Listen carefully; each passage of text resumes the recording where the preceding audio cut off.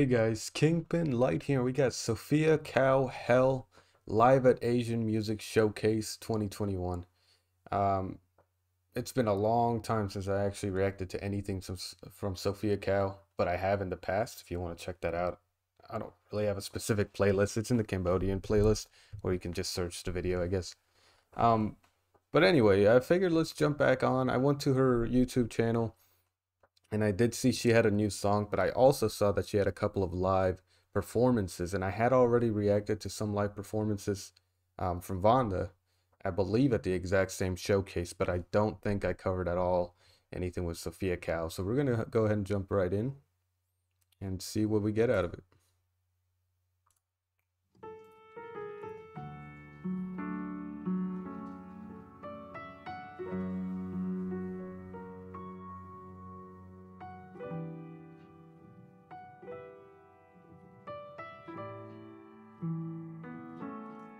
And I think I said this at it when I reacted to Vonda's set.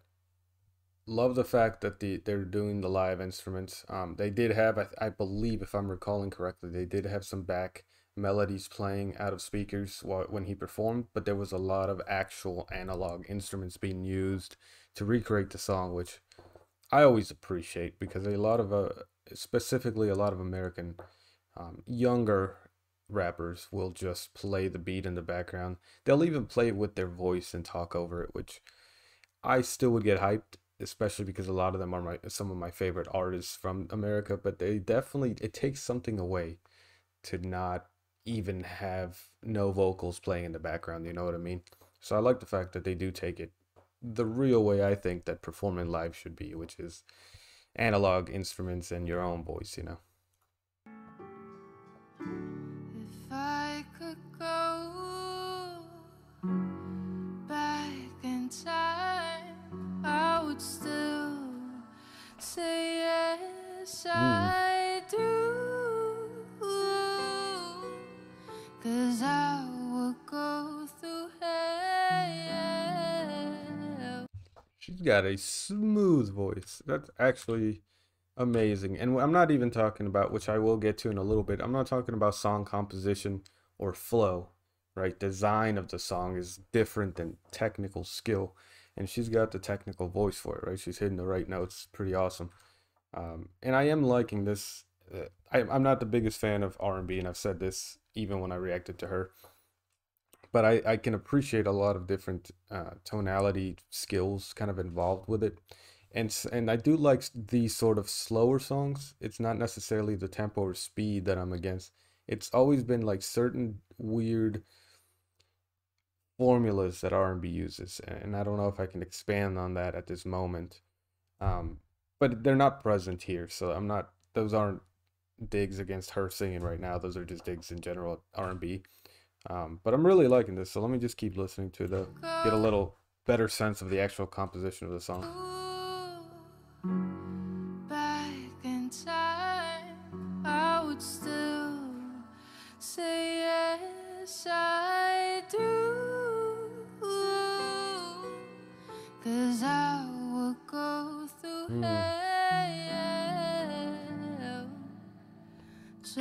I may have mentioned this on the other time I reacted to her. I know for a fact I mentioned it on one of the songs I reacted to sometime in the last year. I want to say that it was from Sophia Kao's song, but it may not have been. Either way, this song itself is giving me a lot of Elijah Blake vibes, and I'm talking about his old uh, Bijou 7. I don't remember what the mixtape is called, but if I saw an image of it, I could definitely point it out. But Elijah Blake is earlier, Dat Piff days. That's what it's giving me, and I like it. Just to be with you.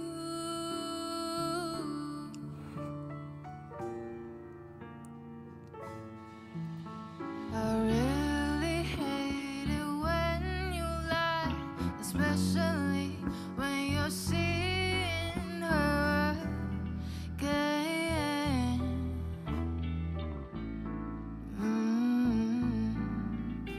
I really hate it when you say you love me Yep, I know I'm gonna. Yep. Let me back up. All right, so the note I was gonna say is the tone she's using in the first three words of each of these lines so far, I really hate. It gives me a really strong Christmas vibe. I don't know why. It reminds me of like a Christmas album from really good from like singers, right? But she when she broke it down right after when you say and then use that unique kind of melodic tone right there, that's yeah, I really like that. And I know exactly how I was gonna end. If let me just listen. When you say you love me while Mm. you're laying next to her. Yep. I gotta hear that one more time. I'm telling you that little section right after it.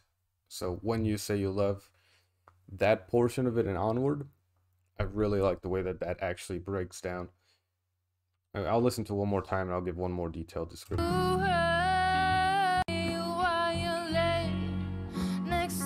While you're laying, I like that little, and then it rides out the beat. Um, mm, real jazzy.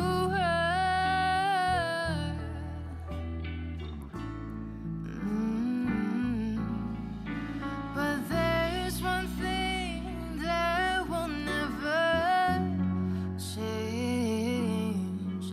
It's the love from me that you've been taking for granted. He's killing this section right here.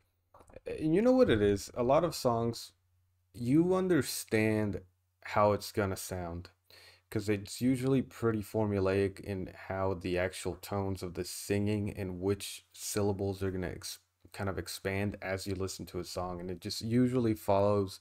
I can't say for sure what it follows, but when you listen to the beat, the instrumental, and a singer, you can usually tell when they're gonna like expand their notes, when they're gonna drag it out, and it's just you can see it coming a mile away, right? It's like foreshadowing to the millionth degree. What I like here that she's doing is that I can follow the melody the same way that I just described. I can see the melody coming a mile away, but the actual tones that she's using on each word and the actual tones that she's using as she sings the syllables and which one she stretches, I don't see coming, which is really nice. I like that. I like when it hits you kind of by surprise. You know, not a crazy surprise because again, I'm following the melody, but the tones that she uses are a little bit surprising in a good way, and it actually sounds nice. So it's entertaining and it's engaging to listen to as well as being just skillfully well. Change.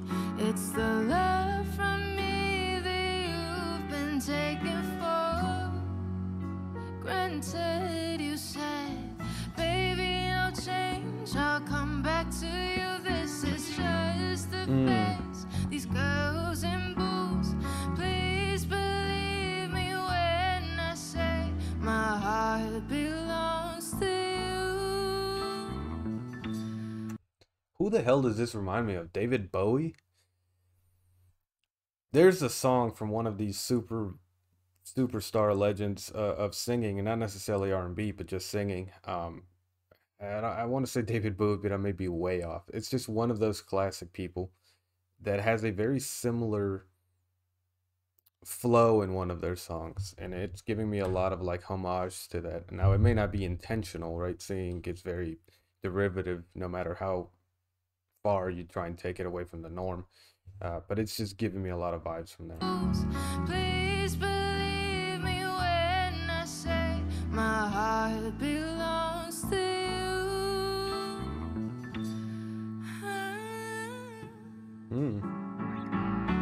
If I could go back in time, I would still say yes, I do.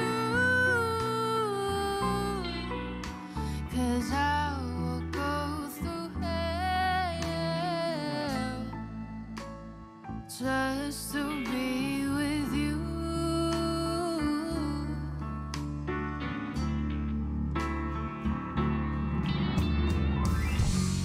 I know things are looking good.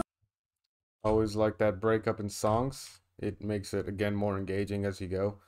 So added a little bit more aggression from the instruments, and then it's sort of like the B side of a disc in terms of flow, if that makes any sense. So it's still utilizing almost the same melody, but she's using different tones and almost the flip side of tones.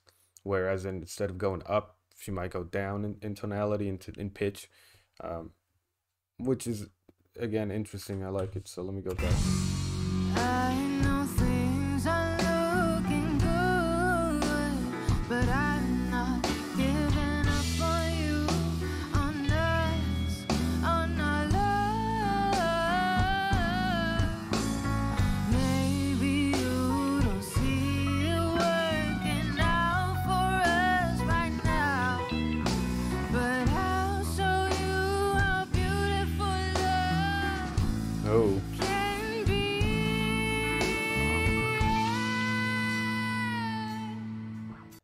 impressive note to hit live. All of this is impressive doing live. Don't get me wrong, but hitting those sort of notes and having control and being able to change pitch mid song, mid note. Let me say that is impressive. So I like that.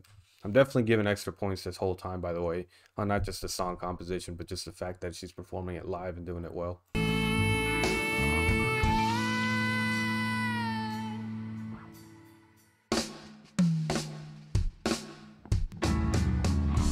If I could go back in time, I would still say yes, I do.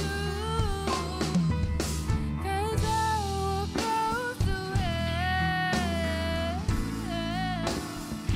just to be with you.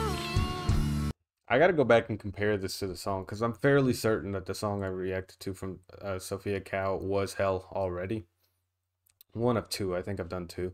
One was Hell, but it's been so long where I don't recall where she's changing up the song from the recording, which is always interesting to pay attention to when you're listening to a live song, is noticing where they're allowed to take liberties through tone and pitch and composition while still being true to the recording. Because there's some people that can do the song exquisitely, as in very, very well, even live, following the exact formula that was set.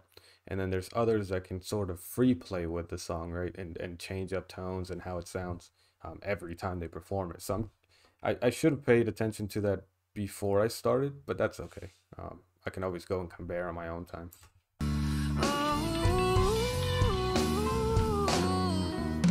Cause I will go through hell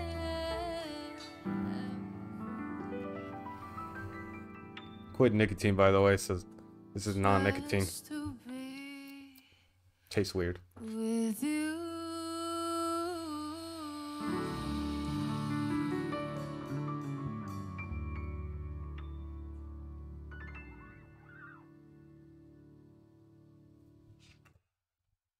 Really small note.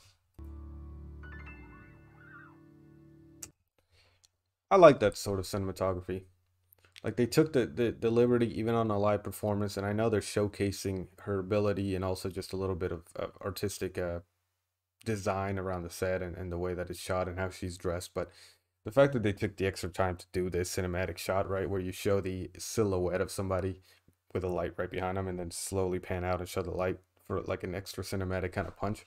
I like those little details, you know.